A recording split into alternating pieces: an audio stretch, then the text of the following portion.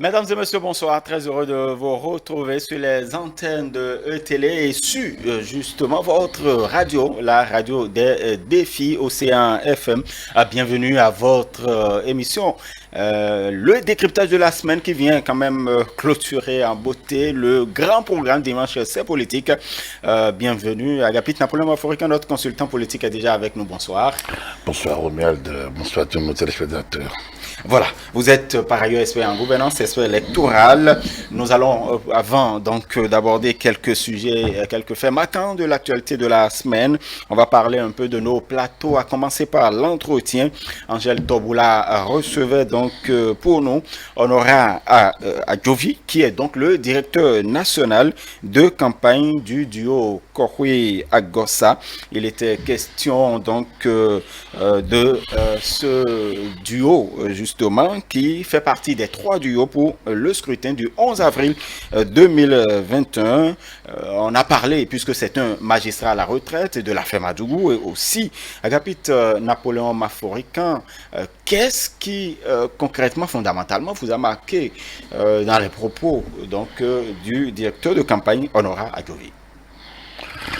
Bien, merci. Globalement, on peut dire que Honora Adjovi, que je connais très bien, ayant été quand même devant lui cité lors des procès en diffamation, et quand j'étais encore rédacteur en chef TP Le Matinal, je pense qu'il était effectivement en poste, et comme il a su bien dire, il a fait beaucoup de pédagogie.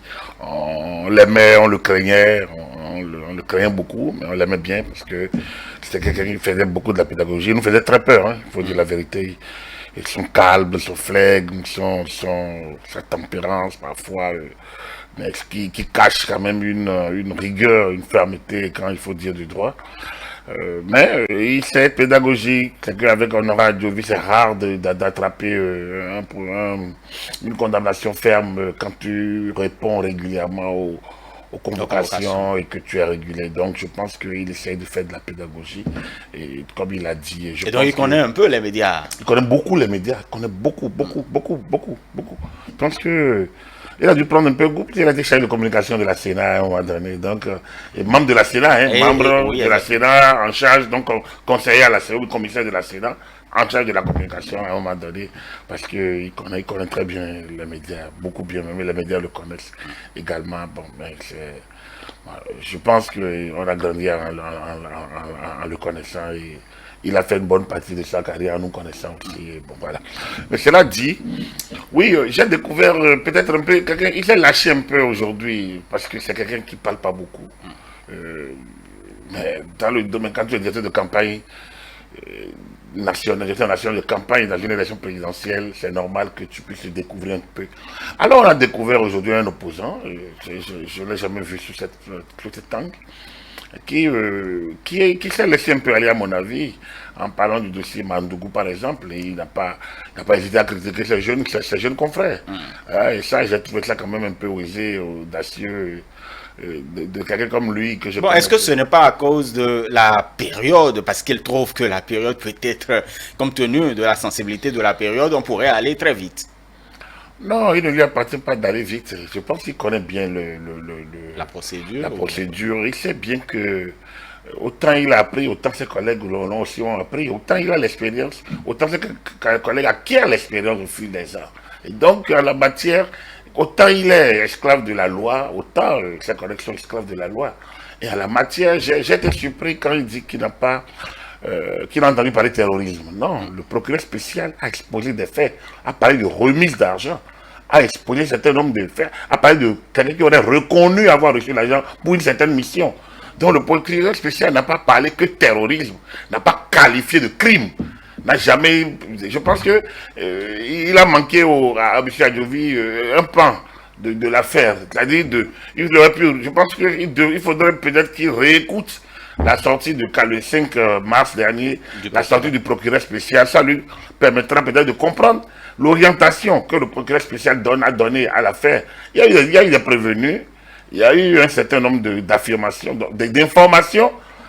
Donc, il y a eu des prévenus qui ont dû faire des affirmations. Et donc, la dame a été appréhendée pour les besoins de l'enquête, normalement. Et la garde a fait la détention préventive vise à empêcher que les témoins éventuels ou bien les prévenus n'altèrent pas les éléments de preuve ou bien ne constituent pas des freins à l'éclatement de la vérité, à la manifestation de la vérité. Et en la matière, bon, donc c'est une procédure régulière. Alors, aller en flagrance hein, ou laisser la procédure suivre son cours, c'est du domaine du procureur. C'est celui qui est dans la poursuite, qui apprécie l'urgence. Donc, en la matière...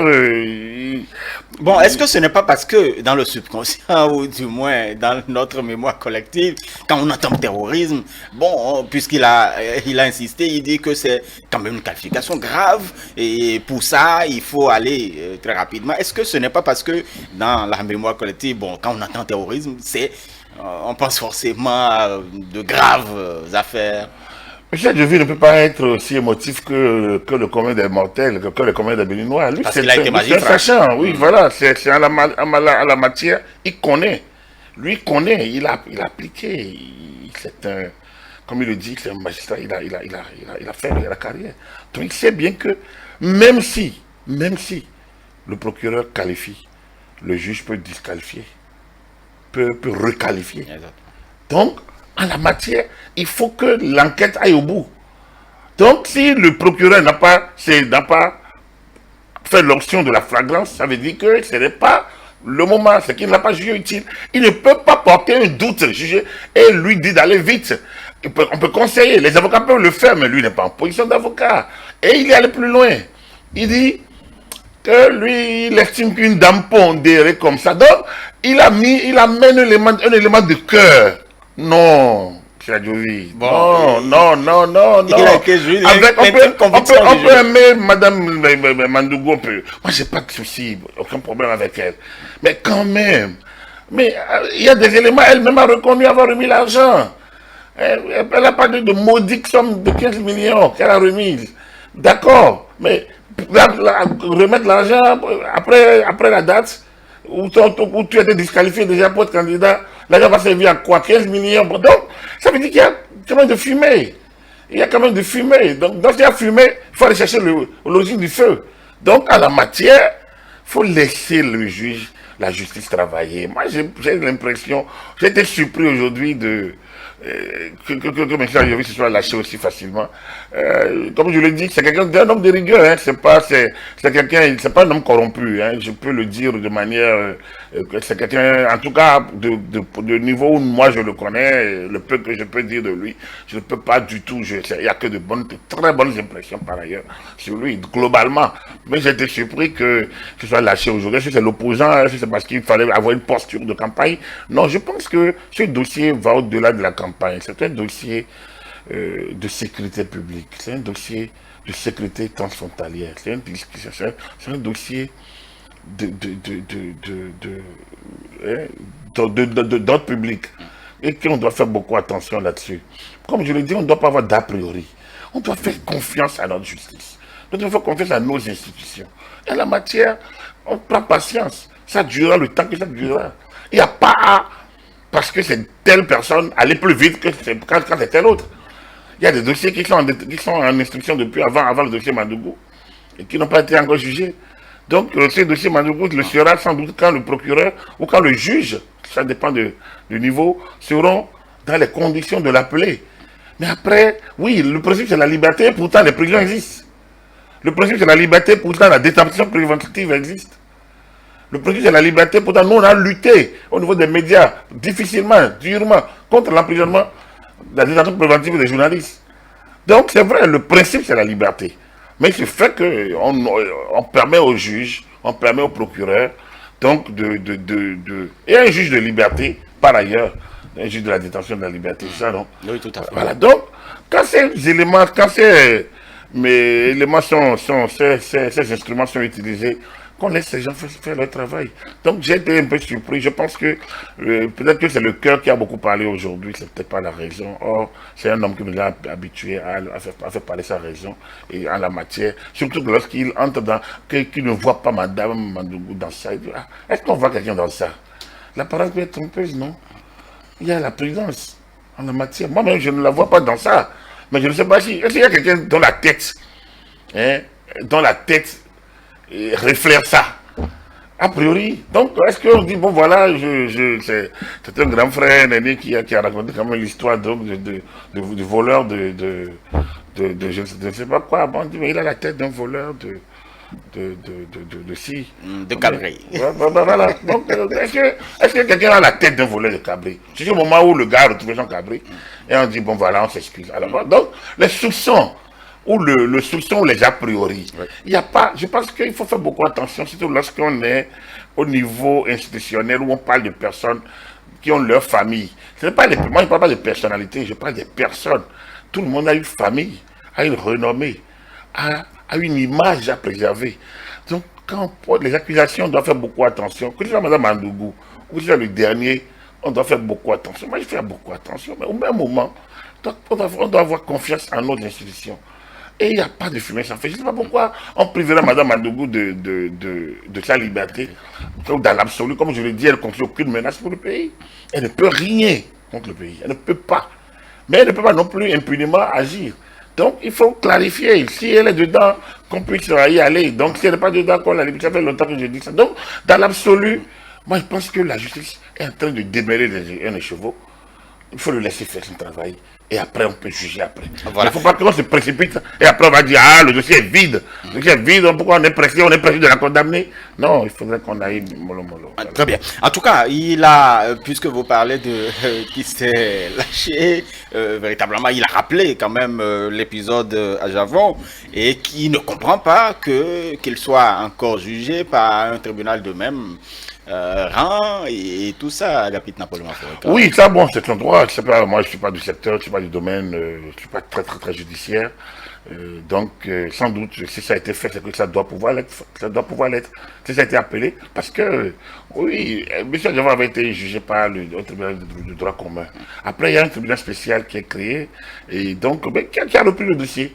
Parce que ça, il estime que ça entre dans une qualification spéciale. Après, oui, les sachants iront plus. Nous le dirons plus. Je pense que si des magistrats ont pris le dossier, c'est parce qu'ils peuvent le prendre. Moi, ce n'est pas comme je vous le dis. C'est l'organisation d'une société, c'est le reflet de la société. Et l'organisation répond à l'attente que nous avons.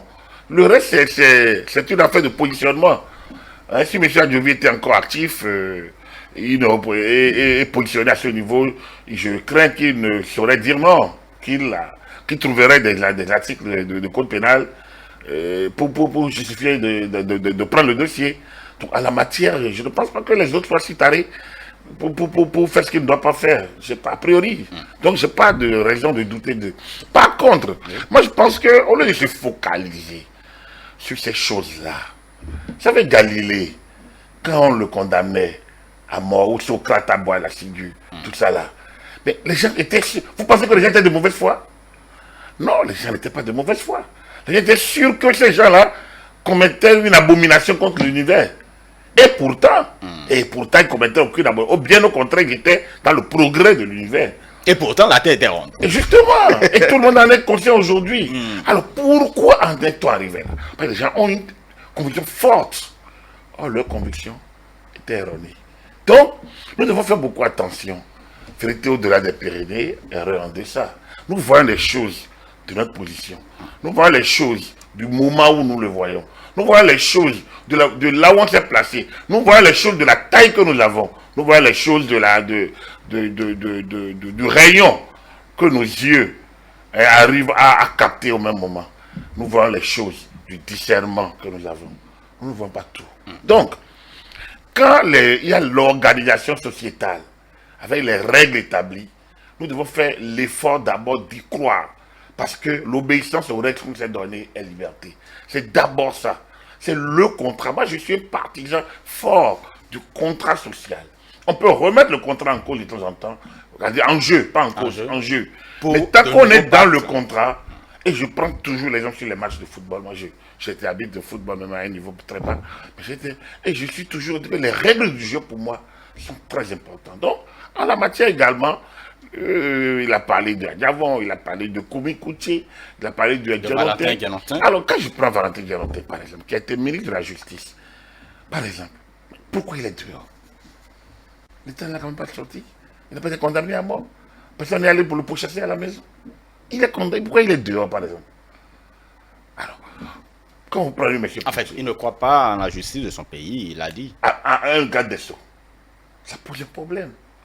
Moi, j'aime bien Jonathan Gossou, je l'aime bien, c'est un grand frère que je respecte. Enfin, jusqu'au moment où il a commencé par attaquer notre pays de l'extérieur. Moi, je me dis, dans l'absolu, lui, il ne dérange personne, non. Mais au moment où on l'interpelle, il n'a qu'à aller. Tu ne peux pas avoir été ministre de la Justice et après dire que tu ne crois pas en ta justice. Ça veut dire que tu nous as blagué tout le temps, comme on le dit vulgairement. Ça veut dire que les autres justiciables qui se sont soumis aux règles sont des gueux. Ils sont inintelligents. Là, maman ne sait pas faire des enfants intelligents. Donc, voilà, le problème, c'est ça. Donc, et c'est de ça, Bouchou, moi j'ai entendu que le pouvoir est divin. En 93, en 2013. Il disait ça clairement que le pouvoir était divin, que le pouvoir est divin. Alors, si, à quel moment on peut dire les choses et encore revenir là-dessus donc, je prends ce cas-là. Le plan comme écoutier, il était là, il allait, il venait. Alors, donc, moi, je ne sais pas à quel moment il a été interdit du pays. Il n'a qu'à se questionner lui-même. Et ainsi de suite. La justice des hommes reste la justice des hommes. Donc, nul ne peut attendre meilleur d'une justice qui émane des hommes. C'est les règles établies, c'est les hommes qui le rendent. Depuis toujours. Et des vieilles affaires sont là pour nous montrer qu'on peut se tromper. Mais le fait que c'est nos règles, l'obéissance aux lois comme c'est donné, est liberté. Pour moi, c'est aussi simple que ça. C'est nous, ou alors, est-ce qu'on est dans le contrat ou on n'est pas dans le contrat? C'est trop facile. Lorsque vous avez fini de diriger, vous quittez le pays parce que vous ne voulez répondre de rien. Mais c'est quoi la redevabilité? Vous avez été aux premières loges. Vous avez acquis, parce que d'autres sont dans le contrat, ils respectent le contrat, la capacité de donner des ordres et d'autres de respecter, vous respectez. Pourquoi lorsque vous n'êtes plus dans cette position, vous estimez que vous êtes pestiféré ou bien vous voulez avoir une condition particulière? Non, moi c'est là que je ne suis pas d'accord avec M. Adjovi. Donc, les problèmes, les familles dont il parle, je suis d'accord. Les gens des Comores, de Kajaf, de ci ou de ça, c'est normal qu'il y ait un problème qu'il faut tenter de régler. Mais je pense que les gens prennent le mal ailleurs. Après du moment où ils s'attaquent à celui qui fait respecter la loi, au lieu de voir dans quelle mesure amener les autres qui fuient la loi à rentrer dans la loi, je pense qu'il y a quelque chose qui va mal.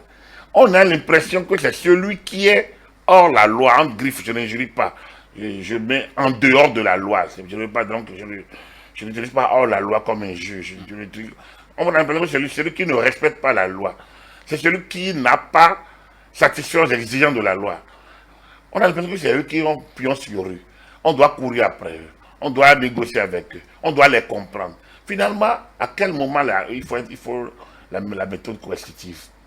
Bon, vous avez dit qu'il a été pédagogue, donc il trouve qu'on pourrait quand même agir autrement. On ne peut pas faire la pédagogie à vie. On ne peut pas faire la pédagogie à vie. À un moment donné, il faut faire la coercition. Et en la matière, il y a le repenti actif, il y a le repenti tout simplement. Il le sait d'ailleurs. Donc, on peut se tromper. On peut se tromper de bonne foi. On peut se tromper de bonne foi. Si M. Adjavon a été jugé et comment on appelle, relaxé pour défaut de preuves, si le dossier est repris, moi je pense que les gens auraient dû retourner et donner faire le travail qu'il fallait faire. Et puis, même si on les condamne, moi j'estime que le débat peut se poursuivre après qu'on l'a condamné. Le débat peut se poursuivre. Ces avocats peuvent continuer leur travail sans et prendre ça comme son destin. Et travailler, continuer à travailler sur le dossier. Il y a des enquêtes qui se poursuivent alors quand le juge a fini de clôturer. Parce que les gens veulent découvrir la vérité. Ils peuvent remonter les filières, rapport. Et dès qu'il y a de nouveaux éléments, le procureur ouvre un nouveau dossier. Quel que soit le jugement. Et ça prendra quand même du temps. Mais attends, le temps appartient à qui? Le temps appartient à Dieu. Comme dit mon ami Stan, l'homme a créé l'horloge. Le temps appartient à Dieu. Je suis d'accord avec lui. Je dis, on ne peut pas vouloir tout au même moment, pensant que sans ça, la vie, on est perdu. Mais attends, vous connaissez l'histoire du lion de Moucheron, non? Le lion de Moucheron, c'est une femme de La Fontaine. Le moucheron a pu dompter le lion. Hein, le moucheron, hein, Aussi minuscule. voilà, a pu dompter du lion. Et au lieu d'en rester là, il alla proclamer sa victoire en chemin, rencontrer une toile d'araignée. Et il rencontre la mort. Au grand mort puis se soustraire, qui périt pour la moindre affaire. En la matière, vous pouvez perdre partout, à tout moment. Mais sachez simplement qu'à un moment donné, la dignité, l'honorabilité, l'honneur de soi, c'est que quand j'ai été responsable, je ne fuis pas la justice de mon pays. Pour moi, je peux me tromper, hein, mais ça fait partie de moi de mes règles personnelles. Qu'on ne peut pas avoir été, on ne peut pas avoir soumis les autres et penser après et médire de ses propres institutions. C'est pas normal. Et c'est pour ça que moi, je peux être d'accord avec Mme Mandougou. Lorsqu'elle s'est présentée, elle a fait va-et-vient devant avec le régime togolais, elle a porté l'uniforme du parti, elle a fait tout ça. C'est son droit absolu. Mais on sait ce que les gens disent de ce régime. Moi, ce n'est pas mon problème à moi. Mais quand elle rentre chez nous, avec cette liberté qu'elle a dit que c'est le pays le plus, une dictature la plus coriace, que c'est un prison à ciel ouvert, dit, attends, mais tu n'aurais pas pu, là au Togo, là où tu étais, il y a des opposants qui ne pourraient pas dire ça.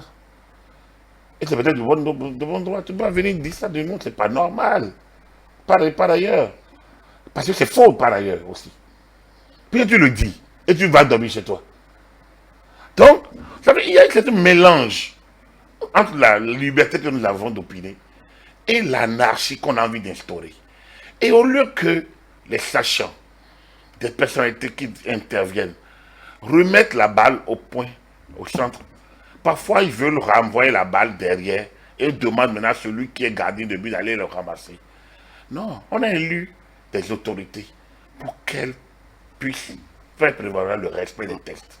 Or, quand elles commencent, et les gens se lamentent, on prend fait quoi pour ceux qui se lamentent. Où sont les règles de la République? Quelle est la place des lois? Quelle est la place des règles? Quelle est la place des textes?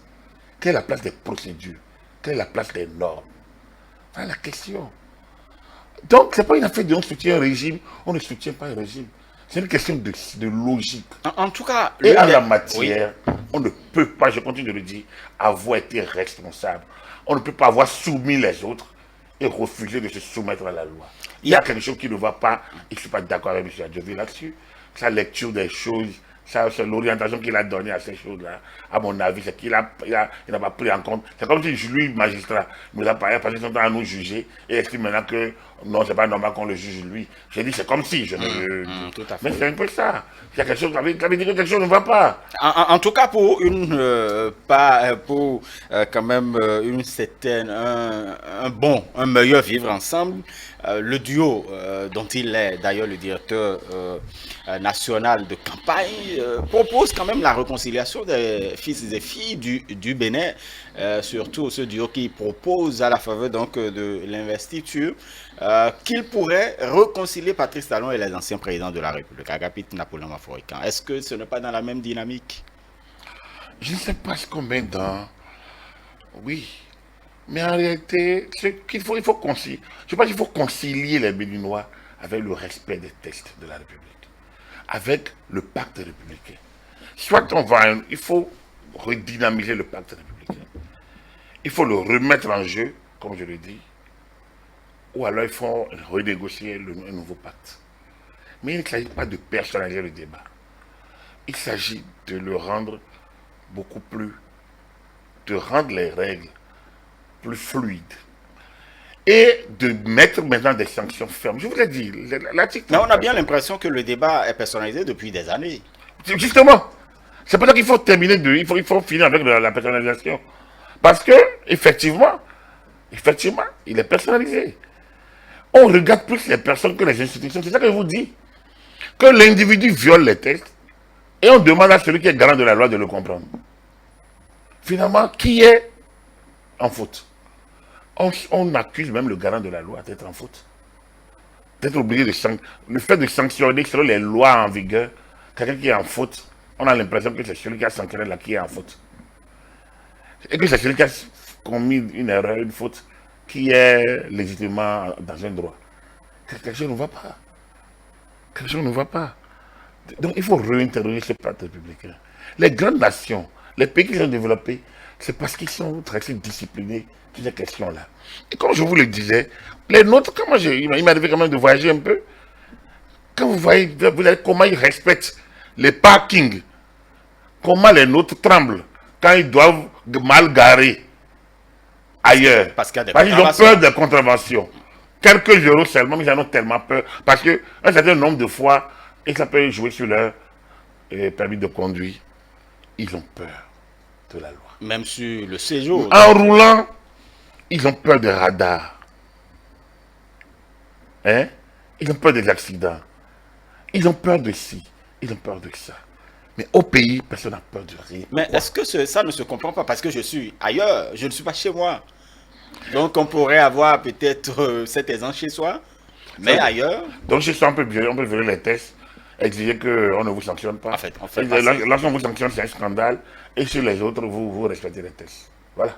C'est là que je dis qu'il faut reconsidérer le pacte.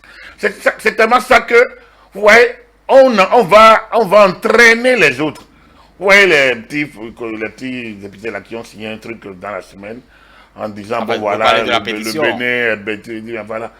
Et les nôtres sont aller chercher ces gens-là pour dire de venir signer que le Bénin. Alors qu'il y en a même qui n'ont jamais mis pied au Bénin, qui ne connaissent même pas nos textes, qui n'ont même jamais lu un seul article de notre constitution, qui se met à nous faire la morale Peut-être qu'ils se sont démocratique, documentés. alors qu'ils ont des problèmes chez eux, qu'ils n'arrivent pas à régler. Alors, donc, c'est ça il y a un mal-être global. Donc, il ne s'agit pas de mettre ensemble Talon, Yahi et Soglo. C'est pas ça le problème. Mais est-ce Le que, problème, c'est que quel est le pacte? avant le pacte, est-ce qu'on ne devrait pas quand même réconcilier les anciens présidents et le président? Moi, je ne sais pas s'il y a un problème vraiment entre eux. Le président Talon, quand il était allé au nord, demande aux sages de De l'aider. mener des démarches donc pour la réconciliation avec Ça veut son dire grand frère. ça veut dire qu'il y a un fossé à régler. Tant mieux, s'ils arrivent à les régler. Mais moi, le vrai problème à régler, c'est le problème de la discipline de chacun face à la loi. Je continue de dire que si chacun est discipliné face à la loi, il n'y aura plus aucun problème. Vous savez, le monde, c'est quoi? C'est chacun fait son travail. Chacun fait ce qu'il doit faire. Si chacun fait ce qu'il doit faire, on n'aura même plus besoin des prisons, des tribunaux, ni de juges. Parce qu'en réalité, moi, j'ai conduit les réformes au niveau des médias à un moment donné, en estimant que nous n'aurons même pas besoin de la HAC. Si au niveau professionnel, chacun fait son travail. La HAC a une fonction pédagogique, a une fonction de sanction. Et je dis, la HAC, les gens pensent que la HAC, c'est une institution au service des journalistes. Non, la HAC est une institution. Elle est politique. C'est une institution. Tant que c'est créé par la Constitution, elle est politique. C'est une institution et remplie de politique. 6 sur 9, par exemple. Et donc, quand les gens se lamentent, on dit non, nous avons des organisations corporatives de corporations. C'est elles, l'effectif, qui doivent faire le travail. Est-ce que vous les respectez? Si vous respectez le code de déontologie, rien que ça. Je ne vous dis même pas la loi, hein. Le code de déontologie de la presse béninoise. Ça suffit. La HAC sera désœuvrée. Enfin, elle va donner la fréquence, puisque le code ne vous donne pas, elle va donner la fréquence. Elle va faire un certain nombre de travail. Elle sera tellement libre qu'elle sera en vie, elle viendra vous accompagner. Mais si vous violez ces textes, mais la HAC a le pouvoir de sanction. Avant, on va dire liberticide, non. La HAC a le pouvoir de sanction. Donc, quelle est l'option que vous choisissez? L'autodiscipline. C'est ça qui a amené à créer l'Observatoire de la déontologie et de l'éthique dans les médias. Mais après, tout le monde va analyser l'ODEM. Mais bon, eux-mêmes à l'interne, il y en a plein de gens sans truc qui ont animé cette affaire qui l'ont rendu totalement coquille vide aujourd'hui. Sinon, l'ODEM, quand l'ODEM a été créé, nous, on n'a pris pas l'ODEM. On est allé faire un mandat honorable devant l'ODEM. Plusieurs fois d'ailleurs. Parce qu'on dit, oui, président, on a commis là, oui, président, nous nous soumettons aux délibérations de l'ODEM. Parce qu'on est d'accord, qu'on a violé les textes. Et quand le communiqué sort, on est les premiers à les publier, en mettant même en manchette. Il y a la une, en disant, l'ODEM condamne tel journal. Parce qu'on estime que tout le monde doit aller dans ce sens-là pour que ça aille bien. Mais, après moi, il y a tous des gens qui arrivent à se mettre en dehors et qui trouvent soutien dans les populations, dans les pouvoirs publics. Du coup, on a banalisé les choses. C'est la même chose dans la République. Après du moment où les textes sont connus, l'article 34 et 35 de la Constitution, à mon avis, je te dis, règle le problème. Vous insistez depuis Depuis quelque un temps. temps, parce que j'estime que quand un problème arrive, il faut aller chercher. Et les réponses sont là. On dit, 34, que le respect des lois de la République, c'est un devoir sacré. Respect des lois de la République. Et les gens qui le violent, et les gens qui crient, qui injurient, les gens qui disent qu'ils ne croient pas à la justice de leur pays, qui ne croient pas à telle institution de leur pays, qui ne croient pas à telle révision de la Constitution, En fait, qui ne croient pas à tel acte, ils ne considèrent pas telle loi en vigueur, mais ils considèrent. Autant ils ont la liberté, mais quand c'est un citoyen, c'est un devoir sacré à dire l'article pratique. Vous ne pouvez pas dire ça et après espérer diriger. Il y a une sorte de contradiction. Mais vous le dites dans toute impunité. À la limite, la Cour constitutionnelle constate que vous l'avez violé, et puis c'est fini. Il n'y a plus rien d'autre. Mais le commun des... Quand on dit dans nos localités, quand quelqu'un viole, on lui met une contravention. Il y en a qui on les met dans les commissariats là. Ils passent le week-end. On a des délinquants qui les battent. Mais eux, ils sont pires. Attends. Alors que parfois, les pécadilles qu'on leur reproche n'ont rien à voir avec les fautes énormes de ceux qui défient la République. Et qui le crient sur et qui le dit d'ailleurs. On ne doit pas. Le pacte républicain, il est sacré. Il doit l'être, à mon avis. Donc, il ne s'agit pas de dire on met ensemble sur l'autre talon, yaï. Non. Il s'agit de rappeler à chaque élite, aux intellectuels, à ceux qui opinent, qu'il y a la République avec les règles. Et donc, le pacte concerne tous les Béninois sans exception. Exactement. Mais quand vous avez été président de la République et vous avez fini de l'être, la loi dit que vous n'avez plus d'autre pouvoir exceptionnel. Mais vous devez d'abord donner l'exemple du respect des lois. Mais quand vous voyez le président, un ancien président, penser qu'il est encore là et donner des injonctions à celui qui est là, mais de quel droit? Non. Vous ne pouvez pas, vous ne devez pas. Vous avez votre sens de l'ironie. Vous pouvez toujours critiquer. Ce n'est pas interdit. Mais quand on critique, quand on a été là, on doit mesurer ses critiques. Parce qu'on connaît la contrainte de la fonction. Moi, comme je vous l'ai dit, je suis resté quand même dans un certain entourage du président Yahi. J'ai vu certaines choses se faire. Et parfois, quand je vois certains, je vois autour de lui des gens parler du bien. Non, mais ils ne peuvent pas. Ils ne doivent pas. Ils ne doivent pas. Parce que on connaît les difficultés qui étaient les leurs. On connaît, j'ai vu. Je les ai vus aller aux élections en 2011 avec la LEPI, dans des conditions difficiles. Où la Cour constitutionnelle était obligée d'être sur tous les fronts, d'imposer tout. Les gens parlent, j'entends certains dire que non, les élections ont tout été tranquilles depuis toujours. Mais ils parlent du Bénin. En fait, quand on dit tranquille, tranquille, c'est que nous n'allons quand même pas à la violence. L'élection, il y a eu 2 élections peut-être. L'élection de 2016, c'est peut-être la plus tranquille. Parce qu'il y avait 2 candidats qui n'étaient plus... il y avait des candidatures qui n'étaient pas, qui étaient asystémiques. Même Zissou, que le président Yaya a fait venir, il n'en était pas sûr. Lui, il ne connaît pas Zissou au fond de lui-même. Il ne peut pas répondre absolument de lui. Il voulait régler un problème. Après, il y a eu Talon, il y a eu Sébastien. Mais la Sénat permanente, le code électoral, était tel que, bon, ça, mais en dehors de 2016, 2011, on était en pleine crise. Des marches, des rues noires, 3 reports. Et l'appel pathétique des anciens présidents de la République, Mathieu Kérékou et Émile Denis Zissou. Une liste électorale réouverte, alors qu'on l'avait informatisée. Ça nous a amené dans une situation bizarre.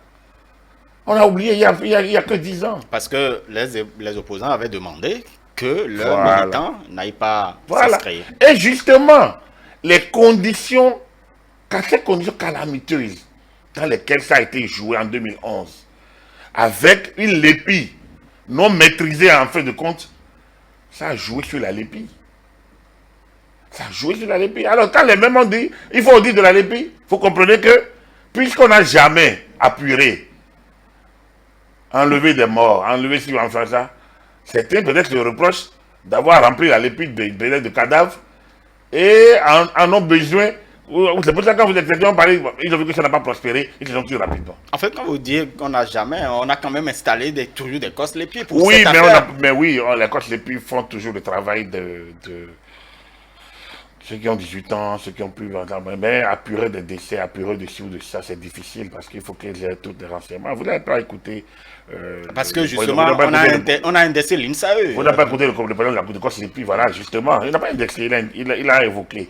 L'INSAE a sorti un certain nombre de chiffres que d'ailleurs la Cour constitutionnelle a pris en compte tout récemment avec une nouvelle décision.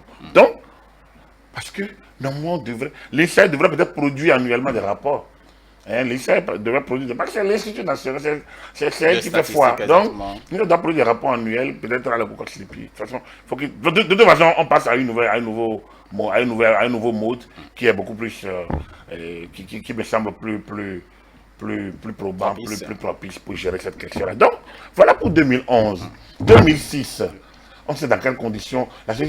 On a dû même faire cotiser des gens pour aller aux élections parce que le pouvoir de l'époque ne voulait pas organiser les élections, ne pouvait pas. On prétexte donc de l'argent pour ne pas aller aux élections. On se rappelle quand tout le monde touchait, critiquait Mathieu Kérékou, touche pas ma constitution. Par ailleurs, c'était l'étape de touche pas ma constitution. Il y avait une crise de confiance terrible. 2001, on a oublié ça. Le président Soko qui refuse d'aller au second tour. Maintenant, on me dit qu'il refuse de le suivre. Le match amical. Et la candidat général qui parle de jour noir, qu'il faut porter le deuil le jour de la prise de fonction du nouveau président. À Porto-Novo, Mathieu Kérékou, en 2001. À Porto-Novo. On a oublié ça. On a oublié 96. Cette réunion du troisième tour, ce qu'on appelle la réunion du troisième tour. Cette rencontre du président Soglo à Wall des Arts. On a oublié tout ça. Il faut oublier la mauvaise chose. On a oublié en 91. Quand Mathieu Kérékou a dû attendre la loi d'amnistie personnelle. Alors, quand on dit que les élections étaient tranquilles, mais on parle de quel pays? De Bénin? Les gens, il ne faut pas qu'ils soient musique. Quand on oublie aussi facilement, c'est qu'on ne règle pas les problèmes. Personne ne demande. Je pense que tout ça, pourquoi? Parce qu'on ne respecte pas les lois. C'est le non-respect. C'est l'indiscipline. Et donc c'est le gardien. C'est la condescendance de tous face à l'affront aux lois, aux institutions, qui fait que les mêmes causes produisent les mêmes effets. Et donc, moi je dis, et personne ne peut encore me relever que le système dans lequel les lois étaient vraiment respectées, c'est sur le président Talon, depuis 2016. Les lois sont respectées. Et c'est parce que force reste aux lois qu'il y a crise. Parce que certains sont tellement habitués à ce que dès qu'ils bruissent, dès qu'ils font un peu d'agitation, on revient en arrière. C'est ça qui a été le talon d'Achille du président Yahi. Le talon d'Achille du président Yahi, c'est que dès que les gens brûlent, il fait marche arrière. Il fléchit. Et tout le monde sait que Yahi fléchit. Talon ne fléchit pas comme Yahi. Et donc, c'est là la comparaison en fait, aussi simple que ça. La loi. Si force doit rester à la loi, article 34 de notre Constitution, on ne doit pas fléchir à tout bout de champ. On ne doit pas permettre aux tarés, aux paresseux, d'avoir pion sur rue. On doit promouvoir l'excellence, la qualité, la valeur. Et donc, c'est dans ceux qui respectent la loi. Vous comprenez qu'il ne s'agit pas donc de dire on veut réconcilier. Il faut remettre les valeurs au centre. En fait, et qui va le faire? Ceux qui sont outillés, ceux qui sont payés pour le faire, parce qu'ils ont demandé à le faire, ceux qui sont élus, le président de la République, le premier, et toutes les institutions qui l'accompagnent. C'est ça. Et le reproche qu'on fait à Patrick Talon. Et je pense que c'est un reproche. Je pense qu'il le fait dignement. Et la République lui en serait gré. Parce que là où on est aujourd'hui, nous sommes on est une démocratie phare en Afrique aujourd'hui. Je dis on est une démocratie phare en Afrique aujourd'hui. Là, nous regarde, nous envie, à bien des égards. On a réglé plein de problèmes. Le président Talon a réglé tellement, aussi bien du côté social, côté institutionnel, côté économique. Relations internationales. Et justement, puisque vous parlez du côté économique, Honora Agiovi trouve que le Bénin n'est pas ouvert et que les investisseurs n'affluent pas. Je l'ai écouté. On dirait qu'on n'a pas les mêmes lectures de la chose. Il voit autre chose. Il me semble que En non, fait, vous voulez dire qu'il voit autre chose et il dit autre chose. non, lui voit les choses différemment. Non, je voulais dire que quelqu'un pour qui j'ai beaucoup de respect, donc je ne lui trouve pas de travers particuliers. Je suis plus jeune que lui, donc il est mon aîné. Donc moi, je le vois. Il y a des parties que j'ai vues de lui en tant que journaliste et proche. Donc, il n'y a pas de raison. Je crois en son honnêteté, par ailleurs. Mais il voit les choses différemment. On ne voit pas les mêmes choses. On ne voit pas les mêmes choses. Parce que moi, j'analyse les indices. Moi, j'analyse les indices. Et je me rends compte que à tous les niveaux, le Bénin plafonne. On peut reculer d'un point, de 2 points, mais on gagne 6 points par là, on gagne un truc. Ça veut dire quoi? Que ça bouge au Bénin. Nous, dans tous les domaines, économie, visa, accueil des gens, vivre heureux, démocratie, dans beaucoup de trucs. Regardez les indices. Quand même, à moins qu'on me dise que tout ça là c'est mensonge, que c'est tricherie. C'est quand même des indices que les gens prennent en compte au niveau international. Je dis, on ne gagne, on peut perdre 1 ou 2 points par ici. Mais quand vous prenez la moyenne, c'est qu'on est, le Bénin est bien loti, est beaucoup bien loti. Alors, quand c'est comme ça, on doit quand même se dire que quelque chose bouge au Bénin. C'est la première fois qu'en un quinquennat, on a aligné tant de bonnes notes au niveau des indices. C'est aussi simple que ça. C'est des indicateurs. Quand on veut faire des analyses, on s'appuie sur des indicateurs. C'est des indicateurs. Sinon, si vous n'avez pas d'indicateurs, chacun va dire ce qu'il pense. Ouais, parfois, on touche quelqu'un, on dit, ah, tu chauffes. Et après, on met le thermomètre, on voit que la personne ne chauffe pas. Donc, du coup, il faut avoir des indicateurs. Le thermomètre devient alors l'indicateur. Puis, on a confiance en lui. Après, on dit, ah, mais tu as grossi du ventre. Hein. Et après, on dit, bon, monte sur le ventre. On dit, ah, mais il a quand même diminué d'un poids. Donc, ah, mais vous voyez. Donc, en réalité, il faut avoir des indicateurs. Donc, en la matière, pour moi, regardez, le Nigeria a fermé ses frontières. Le Bénin a résisté. Sans médias du Nigeria. Le président Talon vient de faire une visite au Nigeria. Les relations entre le Bénin et le Nigeria ne sont pas au mauvais. Mais chacun a ses intérêts qu'il défend. Je pense que les relations internationales, c'est des relations de commodité et d'habitude. C'est des relations de confort, normalement. Personne n'a rien imposé à personne. L'investissement au Bénin, c'est normal que des investisseurs arrivent. Mais quels sont les indicateurs de M. Adjovi? Je ne sais pas. Pour moi, le Bénin fait son petit bonhomme de chemin. Honnêtement, le Bénin se fait à aimer beaucoup plus. Le Bénin est plus admiré qu'hier. Ça là. Et vous n'avez pas fait attention. Qu'est-ce que Tawès a dit? Les choses évoluent dans le bon sens. En tout cas, aujourd'hui est mieux qu'hier. Mais c'est quand même quelqu'un qui est un truculent monsieur connu dans les grandes critiques. Quand il le dit, il faut prendre ça pour quelque chose d'important. Très bien. Le duo Koué à Gossa, quand même, Agapite Napoléon Maforican, est-ce donc représentatif du Parti Les Démocrates? En tout cas, les démarches sont en train d'être menées pour qu'il y ait une certaine réconciliation, pour quand même rallier les membres de ce parti autour de la dynamique de restaurer la confiance. Ça, c'est leur problème interne. Hein. À mon avis, c'est leur problème interne. C'est le problème interne. Ils sont des démocrates. Bon, ils peuvent restaurer la confiance, restaurer le ou ça. Ils sont du parti des démocrates. Ils n'ont pas été. Moi, je trouve que c'est un jeu de votre parti pour. Ils sont des démocrates. Ils sont du parti des démocrates. Parce que pour vous, ils n'ont pas été radiés. Ils n'ont pas été radiés. Ils sont du parti des démocrates. C'est-à-dire que, ouais, les gens, parfois, ils mettent des marrons au feu et ils veulent jouer sur plusieurs tableaux. Vous voyez, le parti des démocrates nous a tellement habitués à ce petit jeu-là que, regardez, comment on peut radier, on peut suspendre Angoissa qui allait chercher des parrainages, alors que, bon, voilà, Rekia n'a pas pu l'avoir, alors qu'elle a fait voyager des gens à Lomé, elle a fait tout. Bon, quand vous regardez tout ça, c'est embrouillé, c'est tellement truc que, bon, vous vous demandez, mais s'ils ne sont pas dans des jeux, tout ça, ce qui est sûr, c'est que Corentin Koué et Angoissa n'ont pas été radiés des démocrates. Et puis s'ils n'ont pas été radiés, c'est qu'ils sont encore membres du parti. Suspendus, le temps de faire campagne, alors donc, ils sont qui alors? Donc, on les suspend d'abord, ils n'ont donc à aller faire campagne, et après ils vont régler leurs problèmes entre eux. Ils sont les démocrates. Dans cette campagne, nous avons, et comme l'a dit M. Adjovi, je pense qu'il a été au moins, à ce plan on est d'accord, nous avons 2 listes de l'opposition contre une seule liste de la majorité. Et ils pensent, non. C'est ça, lui. Vous voyez, c'est ça le niveau qu'il faut apprécier. Lui-même, en fait, il a tenté, mais il a fait comme si les autres ont méconnu ça. Peut-être. Mais comment vous voulez qu'il y ait 2 listes de la majorité? De l'opposition. Non. Comment vous voulez qu'il pense qu'il y ait des listes de la majorité face à Patrice Talon? Quand tout ce monde-là dit qu'ils le soutiennent. Il ne peut pas en avoir. Donc, du coup, il ne peut qu'avoir une seule liste de la majorité. Mais l'opposition est multiple. L'opposition est multiple. Parce que l'opposition étant multiple, c'est normal qu'il y ait 2 ou 3 listes de l'opposition. Il y a une cohérence dans ce qui se fait. Les parrainages qui ont été donnés l'ont été, à mon avis, dans une logique de partis de l'opposition, peut-être assez responsable, FCBE, logique de partis de l'opposition, un peu plus radicale, les démocrates.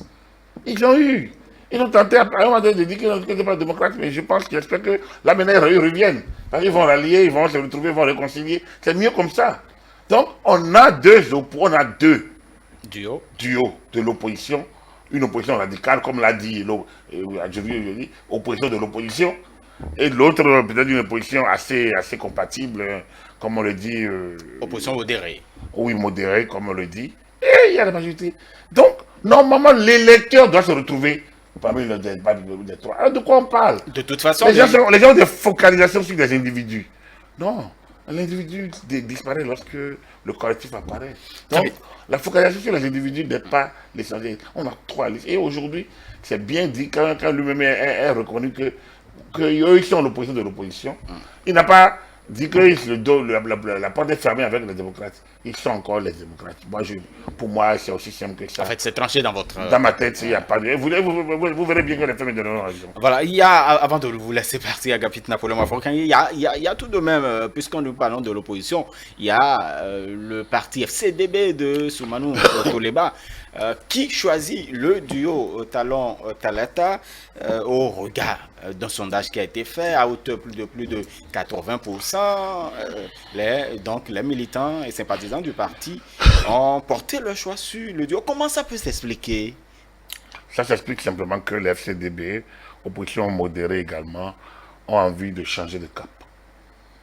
Ça veut dire quoi? Qu'ils ont envie de changer de cap. Ils ne peuvent pas être dans l'opposition et soutenir.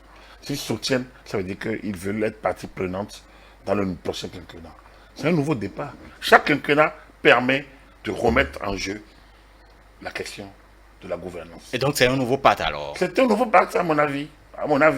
Je ne sais pas s'ils ont signé un pacte, mais c'est une nouvelle volonté exprimée. Le parti alors va dans un sens nouveau. Si le président Talon gagne avec son duo, le parti ne peut plus dire qu'ils sont dans l'opposition. Maintenant, les alliés de Patrice Talon, les partis actuels, peuvent ne pas les adouber. Alors donc, ils peuvent se dire qu'ils sont exclus. Mais ils auront contribué à faire élire Patrice Talon. Parce que le duo Talon-Talata est un duo, tout comme d'ailleurs le duo Agossa et Kowe Agossa ou le duo Djemba et ils n'appartiennent plus. C'est pas un parti qui vote. C'est des militants. Donc, les partis parlent à leurs militants. Ça veut dire qu'ils ne sont pas patrimoine de personne. Donc, si moi j'ai un mouvement, je dis mon mouvement soutient X, personne ne peut me dire tu mens, qu'on ne te veut pas. Après, quand ici gagne, c'est à eux de se dire, le mouvement de Mafori, quand nous a soutenu, on peut l'appeler à partager la gouvernance. S'il n'y a pas eu de pacte, s'il n'y a pas eu d'entente au départ, on peut m'oublier et continuer la gestion. C'est à toi de te repositionner politiquement. La politique, c'est une affaire de positionnement ou de repositionnement. C'est une affaire de lecture d'un instant, de voir où va. Est-ce que ça est en harmonie avec notre vision? Même si on ne vous associe pas, il y a tellement position à prendre dans la cité. Bon, vous savez que j'aime bien cette question. Cette chaise qui se fait chose encore, est-ce que cela ne vient pas porter quand même quelques empreintes négatives sur la réforme du système partisan? Quelle Bon, chaise? en fait, un parti d'opposition qui choisit aujourd'hui, est-ce Non, que ce non, n'est pas... non, non. Il me semble que le duo a tenté. Le président du parti, Taliban, a tenté d'avoir des... Il n'a pas eu... Exactement. Bon, donc, il a tenté, il n'a pas eu. Mais il a envie de se repositionner, de se positionner sur la scène. Pourquoi ne pas choisir entre les duos qui se réclament de Mais l'opposition? pourquoi il est obligé de choisir des duos qui se... Je vous ai dit que c'est pas des... Vous savez, c'est des individus qui sont candidats. C'est pas des partis. Ils sont portés par des partis. Mais s'il n'y a pas d'entente, s'il estime en analysant que les autres duos ne sont pas dans sa ligne, il n'est pas obligé. Il n'est pas obligé. Vous savez, c'est en Afrique, un peu dans le système francophone, que nous avons été moulés dans ces blocages, disons, dans ces frontières étanches. Dans les grandes démocraties parlementaires, c'est des partis parfois même radicalement opposés qui vous aident parfois à avoir une majorité et former un gouvernement. Vous faites le pacte d'alliance, le pacte de gouvernance. Vous faites des compromissions, des compromis, je veux dire. Donc, il n'est pas interdit qu'un parti, même opposé, Quand vous voyez ce qui se passe en Israël, par exemple... en Israël, en Italie, je ne sais pas où, c'est dynamique. C'est dynamique parfois. Donc, c'est la minorité parfois qui vous aide à prendre le pouvoir. Même en Allemagne, pendant longtemps.